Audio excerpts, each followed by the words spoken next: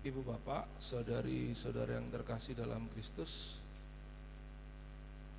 hari ini saya akan mengajak kita sekalian untuk merenungkan sabda Tuhan. Kalau kita melihat dan mendengarkan ibu bapak, mendengarkan bacaan pertama, mendengarkan bacaan Injil, itu sebetulnya kita akan dihadapkan pada gambaran keselamatan yang diberikan kepada semua bangsa. Itu adalah intinya. Maka dalam Mazmur tanggapan Anda akan menemui nyanyian pergi ke seluruh dunia wartakanlah Injil. Betul tadi ya, seperti itu ya? Betul.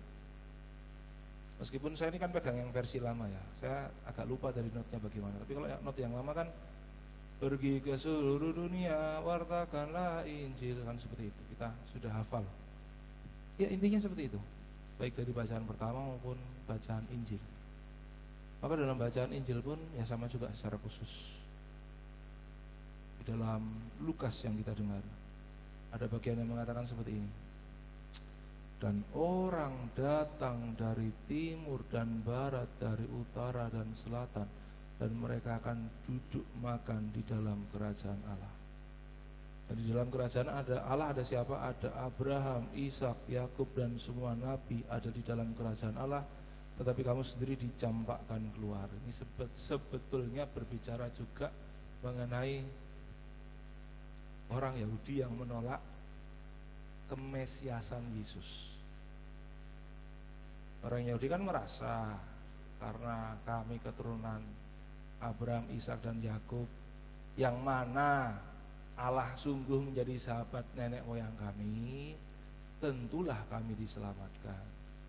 Tetapi bacaan Injil ini, Lukas ini mau mengatakan, ya kamu nggak diajak dalam kerajaan Allah. Kenapa? Karena kamu telah menolak Kristus.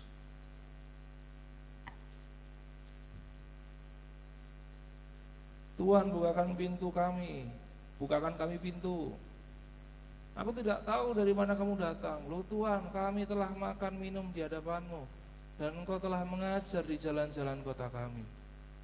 Tapi si Tuan rumah mengatakan, aku tidak tahu dari mana kamu datang. Enyalah dari hadapanku, hai kamu semua yang melakukan kejahatan. Jadi itu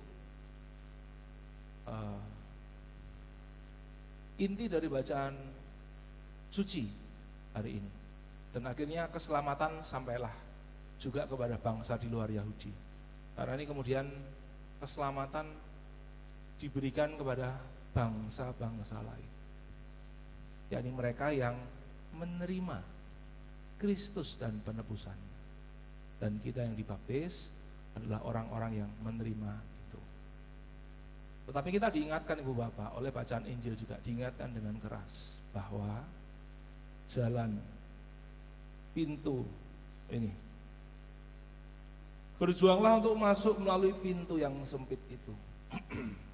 Apa maksudnya pintu yang sempit itu? Pintu keselamatan. Jalan keselamatan itu jalan yang sempit. Maka kita harus berusaha. Anda harus berusaha untuk mendapatkan keselamatan. Keselamatan kan didapatkan dari Kristus melalui penebusannya, iya. Tetapi kita juga harus terus melakukan yang namanya hidup di dalam Tuhan. Kalau Anda merasa bahwa dibaptis selesai Anda akan diselamatkan, itu sama seperti orang Yahudi yang yakin akan diselamatkan karena mereka keturunan Abraham. Yakin aja diselamatkan karena keturunan Abraham. Padahal kelakuan banyak melakukan kejahatan. Seperti kita juga, ketika kita sebagai pengikut Kristus, Bu Bapak, Anda merasa bersyukur karena diselamatkan. Saya pengikut Kristus Romo, tetapi faktanya ketika Anda banyak melakukan kejahatan, maka Anda sebenarnya tidak mengusahakan keselamatan itu sendiri. Bu Bapak, saudara-saudara yang terkasih, mengikuti Kristus di dalam hidup ini berat sekali. Berat sekali.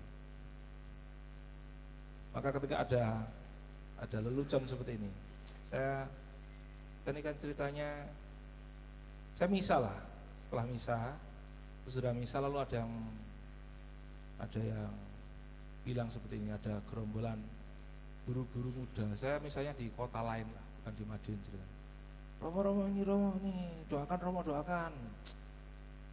Saya doakan apa kan dalam hati saya? Doakan Romo, doakan supaya jadi Romo. Teman-temannya yang lain mengatakan begitu. Yang ditunjuk tentu yang anda seperti itu. Tapi saya mengatakan didoakan mau jadi Romo. Saya bilang ojo, si Romo ya buat. Saya bilang seperti itu. Tapi saya sambil bercanda, sambil berkelakar, mau mengatakan bahwa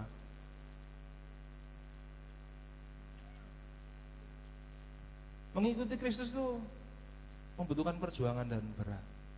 Memang ada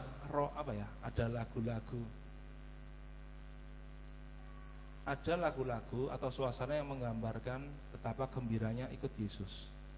Ya memang saya setuju sekali. Saya sangat setuju sekali Bapak. Ikut Yesus itu membahagiakan. Tapi bahwa itu ada perjuangan itu tepat juga. Maka Anda jangan merasa bingung ketika Anda setia ikut Yesus.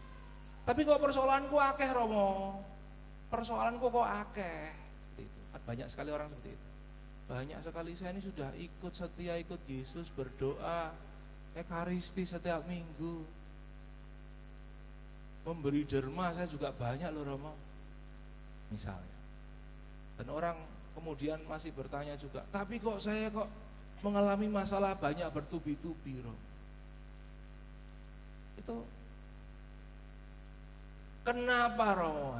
Kenapa? Ini pertanyaan paling ajaib. Pertanyaan paling ajaib. Kenapa ini terjadi dalam hidup saya Romo? Saya kan sudah melakukan banyak hal baik, mengikuti Kristus, tapi kenapa ini terjadi dalam hidup saya? Saya yakin Ibu Bapak, pertanyaan kenapa itu ada di dalam benak Ibu Bapak semua yang ada di sini. Dengan setiap persoalan yang Anda hadapi, Anda pasti pertanyaannya kenapa? Kenapa kok koyok ngini? Kenapa kok koyok ngono? Kenapa kok seperti ini? Kenapa kok seperti itu? Kok gak podo karo karepku? Kenapa? Itu pertanyaan semua orang. Pertanyaan semua orang, kenapa kok demikian? Saya yakin 1.000.000% itu pasti yang ada juga di dalam benak Anda. Ketika berbicara mengenai hidup Anda, kenapa Romo? Saya bilang itu pertanyaan ajaib dan pertanyaan paling sejujurnya saya jengkel juga. Saya jengkelnya bukan kepada Anda, kepada Tuhan Allah. Tuhan Allah yang kasih hidup, kasih rencana hidup. Kok saya yang ditanya, saya kan enggak tahu. Kenapa Romo hidup saya seperti ini? Ya enggak tahu kok tanya saya. Tuhan ini yang kasih jalan hidup macam gitu. Kok saya yang ditanya jadi Romo? Ya kan Romo dekat dengan Tuhan. Maksud Anda apakah saya bisa tanya Tuhan kenapa gitu lalu? Ya namanya umat ya, saya berusaha memahami oke. Tapi mungkin karena enggak tahu tanya sama siapa, ya wis takon mbek Romo gak apa-apa. Meskipun jawaban template saya adalah ya enggak tahu kok tanya saya. Itu kalau berbicara mengenai kenapa penderitaan ini terjadi dalam hidup saya. Apapun itu bentuknya. Kenapa yang masih muda, kenapa saya lahir dari keluarga seperti ini? Bisa. Anda yang mengalami sakit atau keluarga, kenapa kau harus mengalami sakit? Bisa. Anda yang sudah berjuang setengah mati kerja kok gak jadi miliarder, kok hidup seperti ini saja? Bisa juga. Kenapa kok rencana hidup dan lain sebagainya luput kabeh dan lain sebagainya penuh kekecewaan? Bisa juga. Pertanyaannya adalah mengapa? Tetapi itu sebenarnya mendapatkan jawaban dalam bacaan kedua. Bacaan kedua itu sangat bagus sekali. Surat kepada orang Ibrani. Saya bacakan dan nanti baca sendiri di rumah. Tapi tetap saya bacakan secara singkat. Saudara-saudara, singkat dan cepat.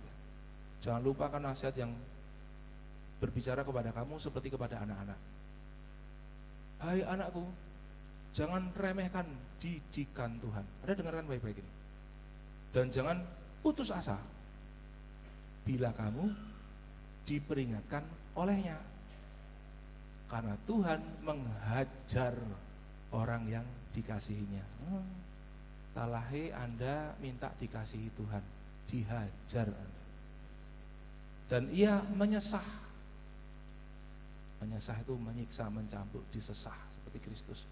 Menyesah orang yang diakuinya sebagai anak, salai diri, mengaku-ngaku sebagai anak Tuhan, disesah Anda. Jika kamu menerima hajaran atau itu semua, maka di situ Allah memperlakukan kamu sebagai anak. Di mana ada anak yang tidak diajar oleh ayahnya? Ada, kalau tidak punya ayah. Siapa mau ajar tidak ada ayah. Tapi di manakah ada anak yang tidak diajar oleh ayahnya? Ya, semua diajar. Saya pun dulu ya disambleki sama bapak saya. Bapak saya masih hidup, silakan ditanya.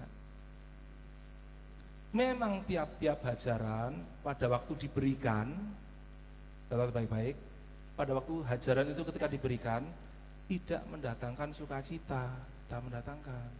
Isinya aku aduh kok ngene seperti itu. Tetapi duka cita. Namun kemudian ia menghasilkan buah kebenaran yang memberikan damai kepada mereka yang dilatih olehnya. Sebab itu kuatkanlah tangan yang lemah. Lemah, kipli, kuat. Lutut yang goyah, Anda keder lututnya, berdiri, keder, kuatkanlah. Luruskanlah jalan bagi kakimu, sehingga yang pincang jangan terpelecok tetapi menjadi sembuh. Ini nasihat yang bagus sekali kepada kita yang saat ini sedang mengalami atau yang sedang punya pertanyaan, kenapa? Didikan Tuhan, ujian dari Tuhan. Saya sudah kasih tahu bahwa ini didikan Tuhan. Anda jangan bertanya kepada saya lagi, kapan marini Romo? Saya tidak tahu. Kalau ini ujian Tuhan, kapan ujian itu tuh buku Romo? Tidak tahu.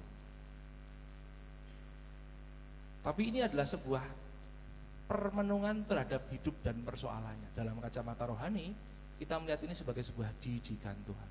Dan ketika diberikan, memang tidak ada sukacita, duka cita, sambat, sebut, aduh.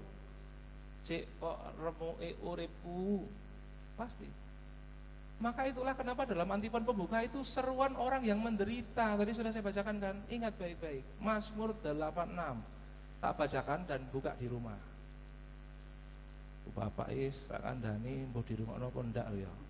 Mbuh dibuka apa ndak ya. Saya wis ngandhani lho ya. Sendengkanlah telingamu ya Tuhan. Sendengkan itu artinya gini loh, dengarkan.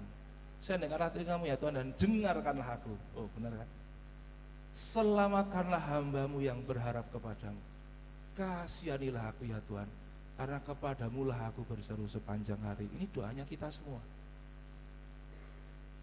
yang sedang berjuang di dunia untuk meraih keselamatan kekal. Semoga ibu bapak, Anda yang hari ini tangannya lemah sedikit menjadi kuat, yang lututnya goyah sedikit menjadi tegak, yang tadinya datang ke sini dengan punggung tertekuk karena beban berat, moga-moga sedikit dikuatkan. Maka kalau saya bertemu dengan orang sing sambat sebut dan lain sebagainya, sing saya doakan satu, supaya kuat. Kemuliaan kepada Bapa dan Putra dan Roh Kudus, seperti pada permulaan, sekarang, selalu, dan sepanjang segala abad. Amin.